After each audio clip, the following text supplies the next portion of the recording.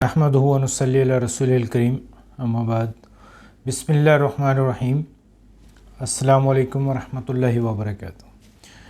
मोहतरम दोस्तों, साथियों, सामीन, आज एक अलग से डिफरेंट टॉपिक पर मैं सोच रहा था कि कुछ बात की जाए कि इलेक्शन का दौरा है।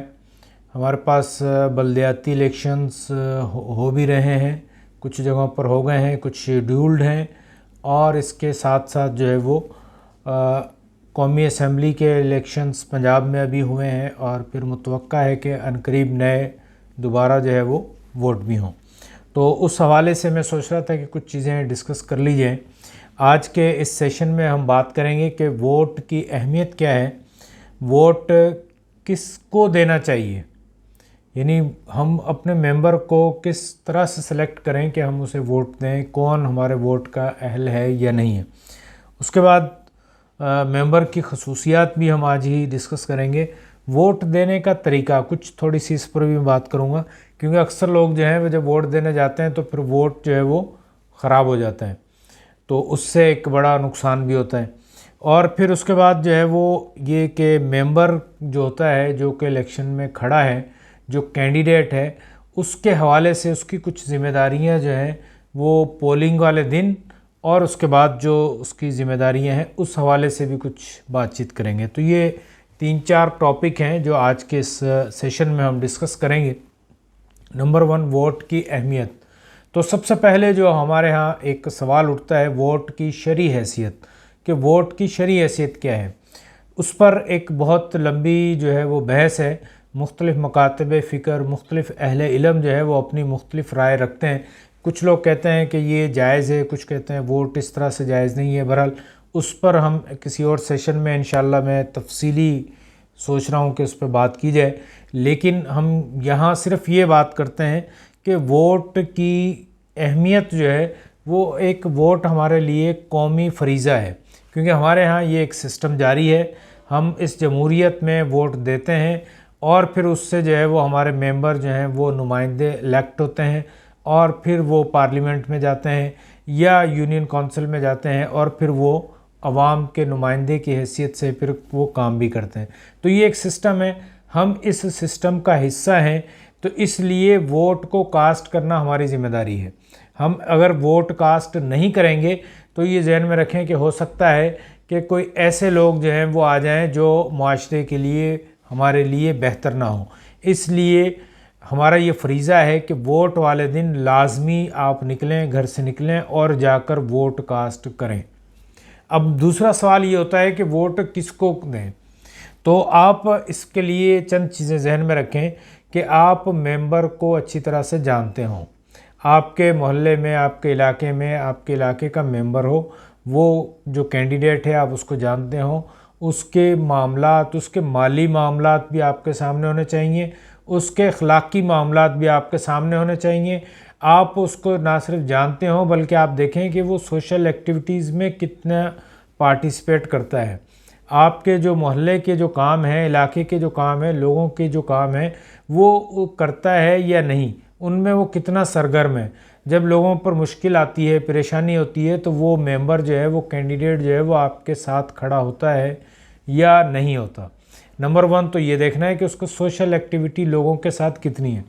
नंबर 2, आपने ये भी देखना है कि उसकी मेंटल एबिलिटी कैसी है।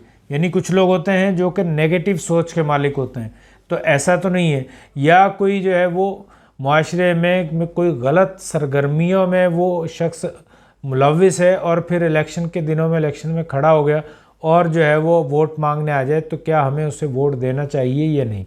तो ये हर वोटर का एक अपना फ़ैसला है।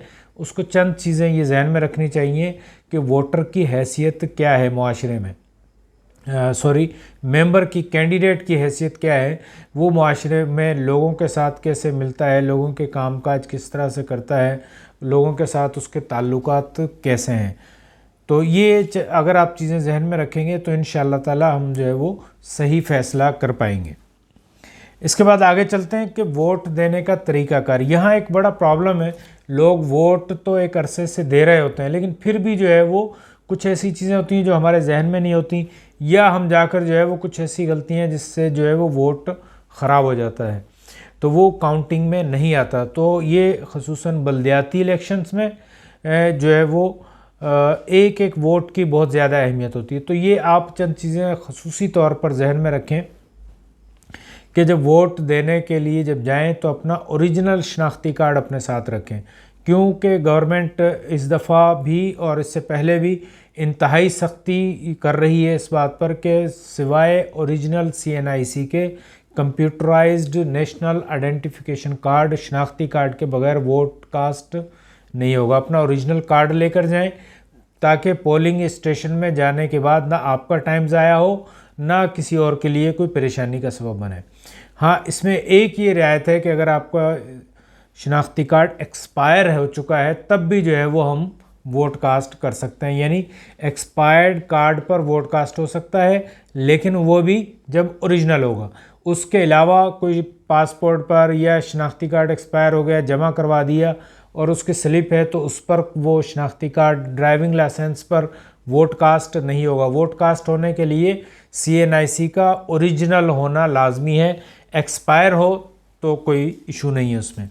इसके बाद दूसरी चीज़ ये कि हमारे यहाँ जो बुज़ुर्ग हजरात हैं, जो स्पेशल जो अफराद हैं, यानी कि माजूर हैं किसी हवाले से, जो है वो जैसे चल फिर नहीं सकते या नाबीना है या कोई और ऐसी कोई परेशानी है, तो फिर उसको ये रियायत हासिल होती है कि वो अपने साथ किसी हेल्पर को लेकर जाए। हेल्पर को लेकर जाने का तरीकाकार क्या है कि वो 18 हेल्पर जो है वो 18 साल से बड़ा होना चाहिए। वहाँ पर जो पोलिंग का जो स्टाफ है वो उसका नाम लिखेगा, और अगर उसके शनाख्ती कार्ड की कापी होगी तो वो उसके शनाख्ती कार्ड नंबर और उसकी कापी भी वो अपने पास रखेंगे। तो जब आप किसी हेल्पर को लेकर जाएं तो फिर ये यकीन दहानी कर लें, चेक कर लें कि उसका ओरिजिनल कार्ड होना चाहिए, कापी भी उसके साथ हो, और फिर जो है वो 18 साल से बड़ा भी हो। तो इस तरह से जो स्पेशल लोग हैं या सीनियर सिटीज़न हैं तो उनके लिए हुकूमत ने ये रियायत रखी है कि वो लाइन में कतार में ना खड़े होंगे, बल्कि उनको वो जैसे ही पहुँचेंगे तो दूसरे लोगों को रोककर जो सीनियर सिटीज़न हैं उनके जो वोट पहले कास्ट हो जाएगा, उनको जो है वो पहले वोट उनका जो है वो दिलवा दिया जाएगा। कौन सिटीज़न? जो बड़ी उम्र के हैं, बीमार हैं, या जो है वो स्पेशल यानी किसी वजह से माजूर हैं, जैसे नाबीना वगैरह हैं, या कोई टांगों का मसला है।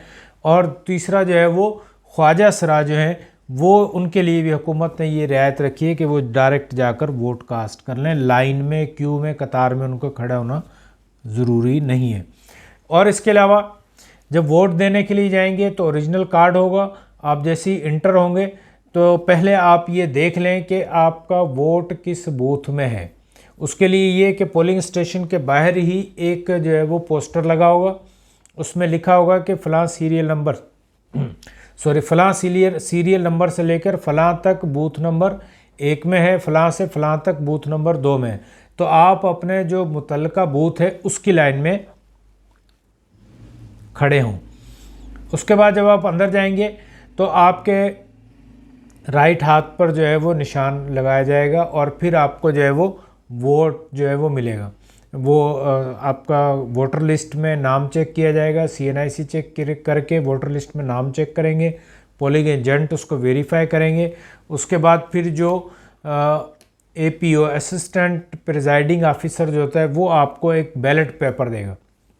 बैलेट पेपर जो देगा उस पर आपने साइन भी करने हैं, उस पर या अंगूठा थंब इम्प्रेशन लगाना है, और फिर जो है वो वोटर आप वो बैलेट पेपर देगा, और साथ में एक 9 खानों वाली एक मोहर होगी छोटी सी, वो आप स्क्रीन के पीछे जाएंगे और फिर अपने जो आपका जो पसंदीदा या जिसको आपको कैंडिडेट को वोट देना चाह रहे हैं उसके खाने में उसके नाम या उसके निशान के सामने जो है वो आपने वो मोहर लगानी है।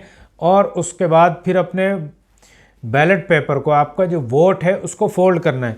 फोल्ड किस तरह से करना है, ये देखें कि ये इस तरह से लंबा होगा, वो तो लंबा होगा, उसको आपने इस तरह से वर्टिकल यानी इस तरह से आपने लंबाई में उसको फोल्ड कर देना है, और इसको ऐसा नहीं करना है, इस तरह से आपने उसको फोल्ड करना है। इसकी वजह ये होती है कि अगर आपने जो वोट दिया है, जो निशान लगाया है, इस तरफ आपने उसके जो आपका कैंडिडेट का नाम है और यहाँ पर उसका निशान है, आपने निशान पर मोहर लगाई। जब आप इस तरह से फोल्ड करेंगे तो वो निशान हो सकता है कि इस तरफ भी आ जाए। जब इस तरफ होगा तो इस तरफ उसी कैंडिडेट का नाम होगा, तो वो ख़राब नहीं होगा। तो ये आप ख्याल रखें कि जब आप स्टैंप लगाएं तो उस खाने के उस सर्कल के सेंटर में आपने उसको मोहर को लगाना है, ताकि वो वोट ख़राब ना हो। अगर वो मोहर जो है वो ऊपर नीचे हो गई, आधी ऊपर आधी नीचे वाले खाने में, आधी ऊपर वाले खाने में, तो वो आपने किसको वोट दिया ये पता नहीं चलेगा, इसलिए फिर आपका वोट जो है वो ख़राब हो जाएगा। और मोहर का होना लाजमी है, वहाँ पर अंगूठा नहीं लगाना है, वहाँ साइन नहीं करनी है, वहाँ सिर्फ मोहर लगानी है। तो जब काउंटिंग होती है तो मोहर वाले बैलेट पेपर जो है, वोट जो है वही सही तस्वुर होते हैं। अगर मोहर जो है वो 2 कैंडिडेट के सामने लग गई है तो वो जो आपको वोट है वो ख़राब हो जाएगा, उसको ज़ाया कर दिया जाएगा, वो काउंटिंग में नहीं आएगा। तो लिहाजा पूरी कोशिश करें कि आप अपने वोट का सही इस्तेमाल करें, आप अपने बैलेट पेपर का सही इस्तेमाल करें। उसको इस तरह से लंबाई में जो है वो फोल्ड करें और फिर उसको इस तरह से फोल्ड करके आपने पेटी के अंदर डाल देना है। और पेटी के अंदर डालने के बाद वो मोहर जो थी वो आपने जिससे ली थी, आपने उसी एपीओ को वापस कर देनी है। ठीक है, इसके बाद आप बाहर आ जाएंगे, अपना ओरिजिनल शनाख्ती कार्ड आपका आपके पास ही होगा। वहाँ पर एक चीज़ और भी जो कन्फ्यूजन कभी कभी हो जाती है कि वो जो पोलिंग का जो स्टाफ है उसने आपके वोटर लिस्ट में जब नाम चेक किया तो पता चला कि वहाँ पहले ही किसी ने लाइन लगा दी है। या तो हो सकता है कि कोई और आप या कोई और आपका वोट कास्ट करके गया है, या हो सकता है कि वो पोलिंग स्टाफ की गलती की वजह से ऐसा हो। लेकिन अगर आपने वोट कास्ट नहीं किया, यानी आपके हाथ पर निशान नहीं है लेकिन वहाँ पर नाम कटा हुआ है, तो फिर भी आपको ये हक हासिल है कि आप वोट देकर आएंगे। यानी वो उसको इलेक्शन कमीशन वाले कहते हैं टेंडर वोट। तो वो टेंडर वोट जो है वो वहाँ पर दिया जाएगा, वो आपका वोट काउंट होगा, वो लिखा जाएगा और फिर कास्ट करेंगे आप, और फिर आप जो है वो वापस आ जाएंगे। तो ये 2-3 चीज़ें जो थी वो। और दूसरी एक बड़ी अहम चीज़ कि वोट कास्ट करने के लिए 8 बजे जो है वो पोलिंग स्टेशन का टाइम शुरू होता है, तो आप 8 बजे कोशिश करें 8:15 बजे पहुंच जाएं, ताकि जितनी अर्ली आप पहुंचेंगे उतनी जल्दी आपको वोट कास्ट हो जाएगा, आप परेशान नहीं होंगे। गर्मी, फिर बाद में गर्मी का टाइम भी होता है और फिर बाद में रश भी हो जाता है, तो उस रश से, गर्मी से बचने के लिए आप कोशिश करें कि जब वोट देना ही है तो फिर अर्ली चले जाएं, जल्दी चले जाएं। बल्दियाती इलेक्शन में पोलिंग स्टेशन घरों के करीब होती है, मोहल्लों में ही, इलाके में ही बनाई जाती है, तो आप कोशिश करें जितनी जल्दी हो सकता है आप जाएं और वोट कास्ट कर कर आएँ।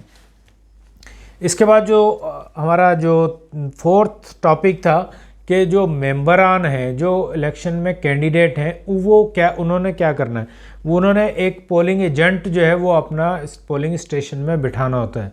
वो हर कैंडिडेट जो है वो अपना, हर पार्टी का, हर कैंडिडेट का अपना एक अलग पोलिंग एजेंट होगा। उस पोलिंग एजेंट को वो एक सर्टिफिकेट बना कर देंगे, जो कि पोलिंग का जो अमला है, जो प्रिजाइडिंग ऑफिसर है, वो आपके एजेंट का सर्टिफिकेट अपने पास लेकर रखेंगे।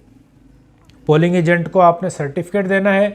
दूसरा, आपने पोलिंग एजेंट को ये भी पाबंद करना है कि वो अपने शनाख्ती कार्ड की कॉपी साथ लेकर जाए। 2 बातें हो गई। तीसरी बात ये कि पोलिंग एजेंट सुबह 7:30 बजे पोलिंग स्टेशन पर पहुंच जाए, क्योंकि 7:30 बजे जो है वो कार्रवाई शुरू हो जाती है। बैलेट बॉक्स जो है वो खाली उनको पोलिंग एजेंट जो है उनको दिखाए जाएंगे, उनके सामने सील की जाएगी। उसकी जो सील के जो नंबर हैं वो पोलिंग एजेंट ने नोट करने होते हैं अपने पास।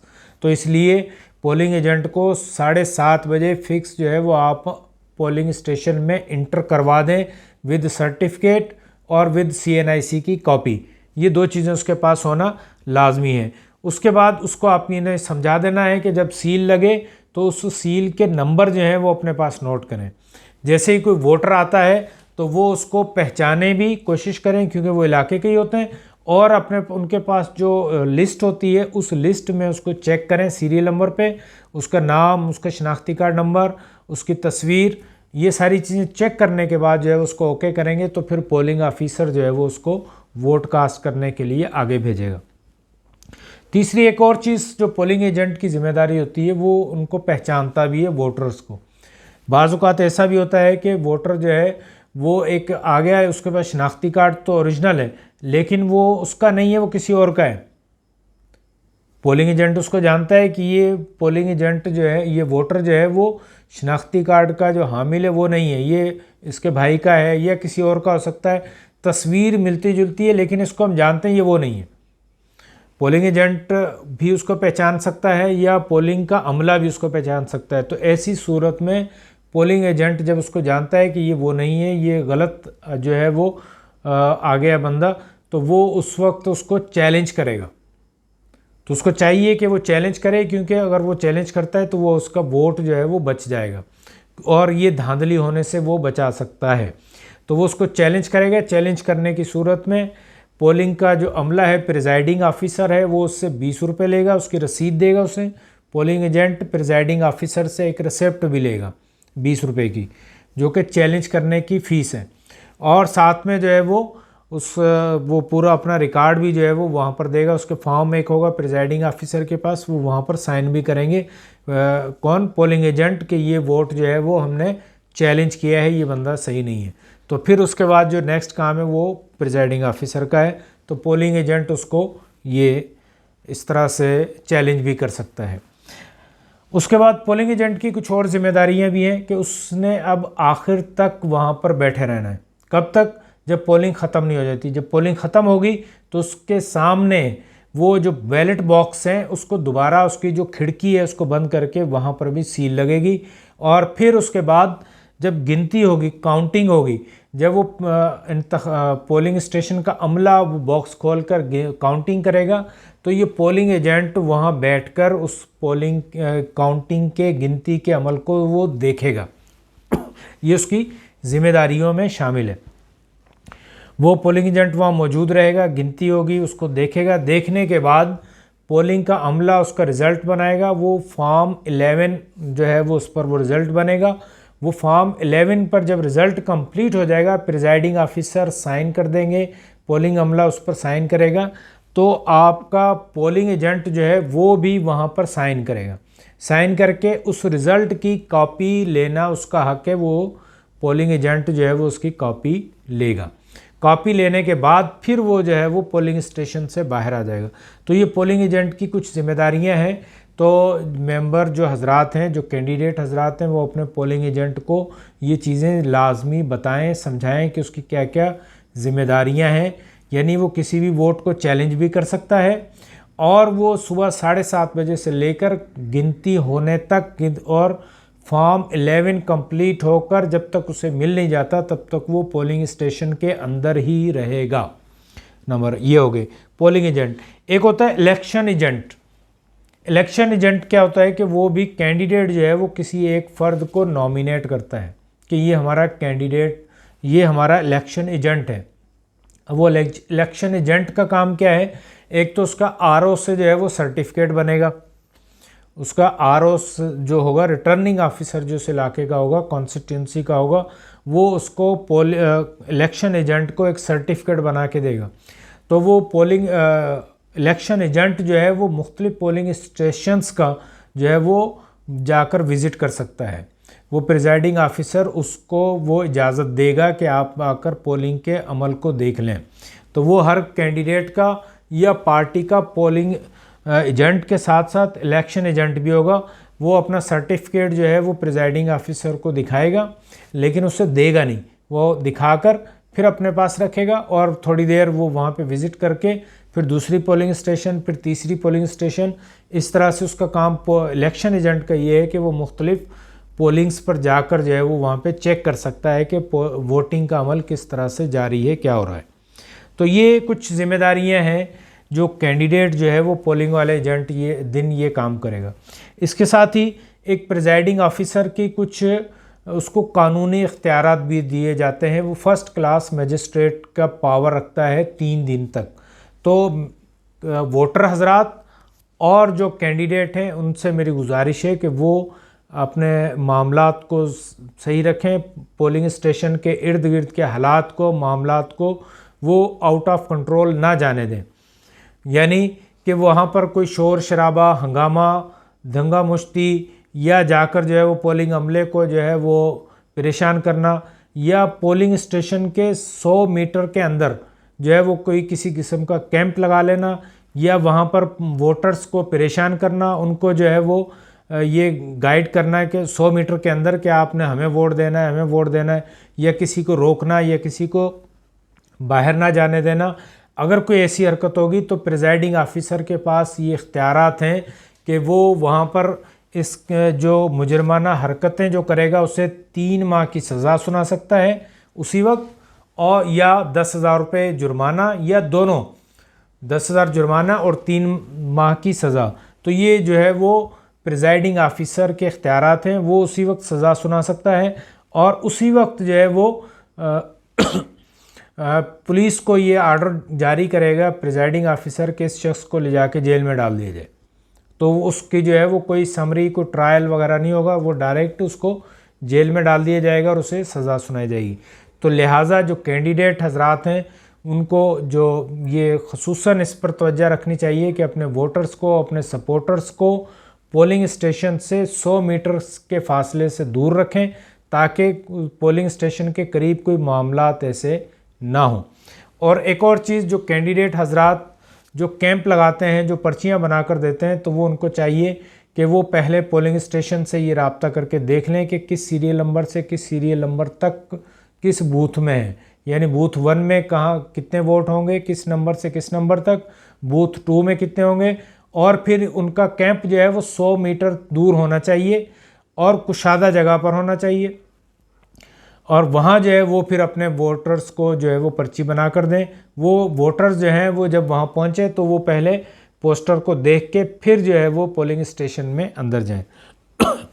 इसी तरह से आगे हम देखते हैं कि जीतने वाले मेंबर की जिम्मेदारी, जो हमारा आखिरी टॉपिक है, कि जब वो कैंडिडेट जीत जाता है तो अब उसकी ज़िम्मेदारी ये बन जाती है कि अपने इलाके का और इलाके के लोगों का ख्याल रखे, उनकी ज़रूरियात, उनके मसाइल का जो है वो ख्याल रखे, और जिस हद तक मुमकिन हो सके उनके मसाइल को दूर करने की कोशिश करें, उनके साथ रहे, उनके साथ सोशल जो है वो बाइंडिंग रखें, उनसे मुलाकातें रखें, मोहल्लों में, इलाकों में मीटिंग्स जो है वो जीतने के बाद भी ये जारी रखें। तो जो कैंडिडेट हजरात हैं वो अगर ये 4 साल 5 साल यानी जीतने के बाद भी ये रवैया रखते हैं तो चांस है कि वो नेक्स्ट इलेक्शन में, और जो है वो अभी जो काउंसलर थे वो हो सकता है वाइस चेयरमैन के लिए खड़े हों, चेयरमैन के लिए खड़े हों, फिर एमपीए के लिए, एमएनए के लिए। तो ये एक प्रोसेस है। अगर जीतने के बाद हम गुरूर में आ जाते हैं, सिर्फ पैसा कमाने पे लग जाते हैं और लोगों को तड़ियाँ लगाते हैं, तो ये जहन में रखें कि नेक्स्ट टाइम लोग आपको वोट नहीं देंगे। इसके लिए आप जीत जाएं तो फिर लोगों का शुक्रिया भी अदा करें, उनके मसाइल, उनके काम काज को देखें ताकि वो उनके मसाइल हल हो सकें। इसी तरह से जो हारने वाले होते हैं उनको चाहिए कि वो हारने के बाद एक तो सबसे पहले हार को दिली तौर पर कबूल करें कि हम हार चुके हैं, और फिर उसके बाद देखें कि मेरी ऐसी कौन सी गलतियां हैं, कौन से ऐसे मामलात हैं जिसकी वजह से मैं हारा हूं, ताकि उसको जो है वो ओवरकम किया जा सके, उन गलतियों से सबक हासिल किया जाए और आइंदा उन गलतियों को ना दोहराया जाए। इसके साथ ही उसको चाहिए कि मज़ीद जो है वो लोगों के साथ ताल्लुकात को कायम रखें ताकि वो कैंडिडेट जो है वो लोगों के नज़र में आए, लोगों के काम करे, लोगों का हर दिल अजीज़ शख्सियत बने। तो जीतने वाले को भी चाहिए कि वो अपने मामलात जो है वो काम को सही रखें, ऐसा ना हो कि बाद में गुरूर में आ जाए जीतने के बाद, या फ़ख्र में आ जाए, गुरूर और तकब्बुर में आने के बाद जो है वो लोगों को भूल जाए। लोगों ने उसको वोट दिए हैं तो उनका शुक्रिया अदा करें, और उनके जो मसाइल हैं, जो उनकी तवक्कात हैं, उस पर पूरा उतरने की कोशिश करें। तो ये हमारी आज की जो वीडियो थी, सेशन था, उसमें हमने वोट की अहमियत पर भी बात की, वोट किसको देना चाहिए वो भी हमने बात की, मेंबर की क्या खसूसियात होनी चाहिए उस पर भी हमने बात की, वोट देने के तरीके पर भी हमने बात की, और जो मेंबरान हैं, कैंडिडेट हैं, उनकी जो जिम्मेदारियां हैं, पोलिंग वाले दिन भी, पोलिंग से पहले भी और पोलिंग के बाद भी, जीतने के बाद भी और हारने के बाद भी, उस पर जो है वो हमने बात की। वीडियो को देखिएगा, 2-3 दफ़ा देखिएगा ताकि ये सारी चीज़ें हमारी समझ में आ सकें और पोलिंग वाले दिन कोई परेशानी ना हो, और ऐसा भी ना हो कि हम किसी गलत इंसान को वोट देकर और फिर बाद में जो है वो पछताते रहें। तो ये सारी चीज़ें जहन में रखिएगा। इसके साथ ही मुझे इजाज़त दीजिए। अस्सलामु अलैकुम वरहमतुल्लाह।